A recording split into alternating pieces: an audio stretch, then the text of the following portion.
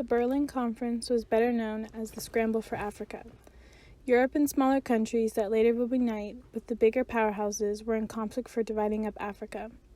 The main powerhouse countries pushing for conquering the most territory is Great Britain, France, Belgium, Portugal, and Germany. The incentive for all of these countries is how abundant Africa is in natural resources, such as ivory, palm oil, and rubber. The battle for the eastern, western, and central part of Africa was between two countries. For Eastern Africa, Egypt and Portugal, they were all in conflict to take over present-day Uganda and Kenya. With relation to Western Africa, specifically the Republic of Congo and Gabon, there was a stalemate between France and Great Britain for control. Central Africa included Equatorial Guinea and Cameroon, which France and Belgium were in conflict with each other because of the bigger territories that would come with it. Germany wanted to intervene to take part in the division of Africa, but since the countries were too much in control of their regions, Chancellor Otto von Bismarck decided German nations should remain protected and not jeopardized. Belgium's leader, King Leopold II, was eager to set out the exploration of the new territories in secrecy by sending out one of his explorers, named Henry Morton Stanley, to intervene in the Sahelian markets to take dominant control of the East and its trading routes. Soon, France had discovered the whereabouts of the Belgians and sent out an explorer named Pierre de Brazza to take part in control over Central Africa and later West Africa. When Pierre de Brazza landed in his desired spot, he rose a French flag and renamed the land known as the Congo Free State, which was a personal possession in the French king's eyes. The dominance of French exploration made Italy feel more secure in siding with France to take part in territories which made Germany very hostile, and the plans to make a treaty with Italy was thrown away. Meanwhile, Great Britain saw great opportunity in seizing the Nile River and the Suez Canal because they viewed this as an asset for a major trading route.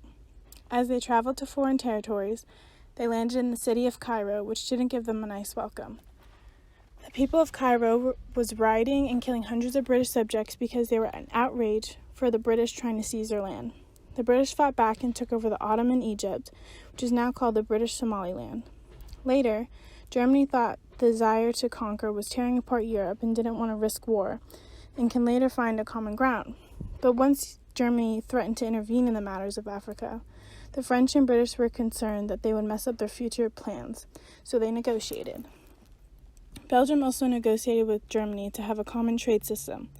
The United States was brought into the consideration for taking part in Africa's territories, but they couldn't intervene because of its inability to take part in territorial expeditions of four countries.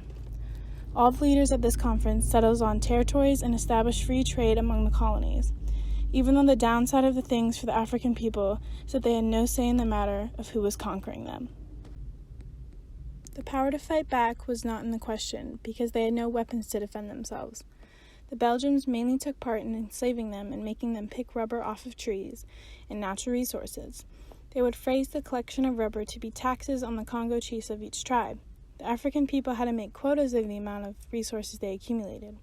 If it didn't meet the Belgian standard, they would punish the people by cutting off the children's limbs. Many children as young as the age of 7 would have to work.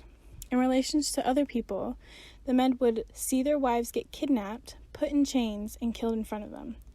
No mercy was shown to the older and younger kids. No amount of excuses and real-life troubles can get you out of work, and the only thing that Belgians wanted to see was more product being produced. The Belgians couldn't afford to use bullets because they were too expensive at this time and needed a more impactful way of punishment. If the African people wasn't used for rubber labor, then they would be drafted into the Belgian army, known as the Force Publique. The main purpose for the Force Publique is to have them find rebels and kill them in an attempt to resist the king. Most of the boundaries drawn in 1885 during this conference has still remained today. The abusement of power shown by these countries shows how the country of Africa as a whole will never be the same since the touch of imperialism has landed upon it.